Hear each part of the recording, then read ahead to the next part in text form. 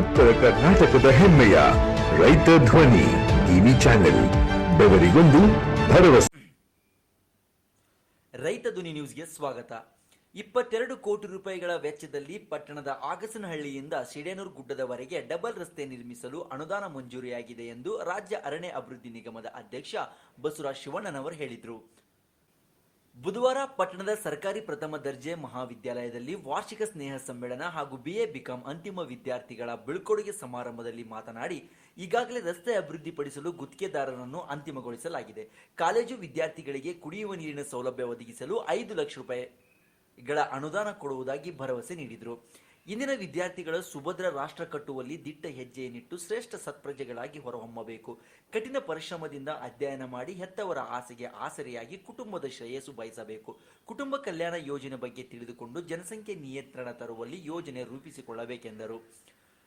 ಪ್ರಾಚಾರ್ಯರಾದ doctor Mallikarjun Kaddipudi ಮಾತನಾಡಿ, ವಿದ್ಯಾರ್ಥಿಗಳು ಬದುಕಿನಲ್ಲಿ ಆತ್ಮವಿಶ್ವಾಸದಿಂದ ಬದುಕಬೇಕು. ಎಷ್ಟೇ ಒತ್ತಡವಿದ್ದರೂ ಹೆಚ್ಚು ಶ್ರಮ ಹಾಕಿ ಓದುವ ಮೂಲಕ ತಮ್ಮ ಭವಿಷ್ಯ ರೂಪಿಸಿಕೊಳ್ಳಲು ಮುಂದಾಗಬೇಕು ಎಂದರು. ಇದೇ ಸಂದರ್ಭದಲ್ಲಿ ಕ್ರೀಡೆ ಸಂಸ್ಕೃತಿ ವಿಭಾಗದಲ್ಲಿ ವಿಜೇತ ವಿದ್ಯಾರ್ಥಿಗಳಿಗೆ ಮತ್ತು ಕುಂಬಾರಿಕೆ, ಮಡಿವಾಳ ಹಾಗೂ ಕ್ಷೌರಿಕ ವೃತ್ತಿಯಲ್ಲಿ ತರಬೇತಿ ಹೊಂದಿದವರಿಗೆ ಪ್ರಶಸ್ತಿ ವಿತರಿಸಲಾಯಿತು. ಸಭೆಯಲ್ಲಿ ಪಾಲಿಟೆಕ್ನಿಕ್ ಪ್ರಾಚಾರ್ಯ CN ಗಂಟಿ ಸಿದ್ದಪ್ಪನವರ್, ಉಪನ್ಯಾಸಕರಾದ Manjunath Kammar, HG Sannagoudra, BS Chikkanna, doctor BN Devendrappa, Chetan Manjunath, KK Virupakshappa, doctor Kantesh Bhajantri, Prashanth Navile, V Mamata, ಧುರೀಣರಾದ ದಾನಪ್ಪ ಚೂರಿ, ವೀರಣ್ಣ ಬಣಕಾರ್, ರುದ್ರಣ ಹೊಂಕಣದ್, ಗಿರೀಶ್ ಇಂಡಿಮಠ್ ಇದ್ದರು. ಪ್ರಿಯಾಂಕಾ ಧೂಳಿಕೊಪ್, ಸುಪ್ರೀತಾ ಹಿರೇಮಠ್ ನಿರೂಪಣೆ ಹಾಗೂ ವಂದನೆ ಮಾಡಿದರು. ನಾವು ಕೂಡ ಅವರ ಋಣವನ್ನು ತೀರಿಸಬೇಕಾದ್ರೆ ಅವರಿಗೆ ನಮ್ಮದೇ ಆದಂತ ಅವರನ್ನ ಜೋಪಾನ ಮಾಡತಕ್ಕಂಥ ಒಂದು ವಯಸ್ಸಿಗೆ ಬಂದಾಗ ಅವ್ರು ಕಾಪಾಡ್ತಕ್ಕಂಥದ್ದು ಕೂಡ ನಮ್ಗೆ ಅಷ್ಟೇ ಜವಾಬ್ದಾರಿ ಇರ್ತದೆ. ಅದನ್ನು ಇವತ್ತು ಕಳೆದ 3 ವರ್ಷದಿಂದ ನಿಮ್ಗೆ ಉತ್ತಮ ನಾಗರಿಕರಾಗಲಿಕ್ಕೆ, ಆ ನಾಗರಿಕತೆಯನ್ನು ಪಡೆದುಕೊಳ್ಳಲಿಕ್ಕೆ 3 ವರ್ಷ ಕಷ್ಟಪಟ್ಟು ನಿಮಗೆ ಈ ಕಾಲೇಜಿನ ಎಲ್ಲ ಉಪನ್ಯಾಸಕರು ಕೂಡ ಬಹಳಷ್ಟು ಕಷ್ಟಪಟ್ಟಿರ್ತಾರೆ. ಅದನ್ನ ಕಲಿಸಿದಂಥ ಗುರುಗಳಿಗೆ ನಾವು ಗೌರವ ಕೊಡ್ಬೇಕು.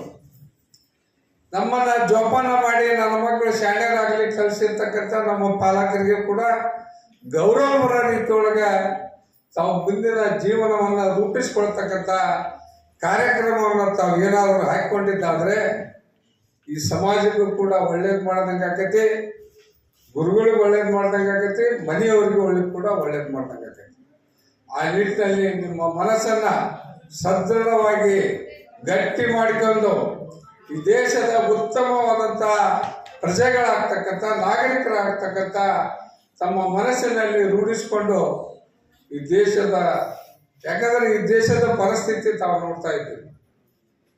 ಇಂಥ ಸಂದಿಗ್ಧ ಪರಿಸ್ಥಿತಿಯಲ್ಲಿ ನಾವು ಏನು ಮಾಡಬೇಕು ಅಂತಕ್ಕಂಥದ್ದನ್ನ ತಾವೇನು ಒಂದು ವಯಸ್ಸಿಗೆ ಬಂದಿರಿ, ಆ ವಯಸ್ಸು ಇವತ್ತು ನಿರ್ಣಯ ತೆಗೆದುಕೊಳ್ತಕ್ಕಂಥದ್ದು ಏನೈತಲ್ಲ ಬಹಳ ಪ್ರಮುಖವಾಗಿರ್ತೈತಿ.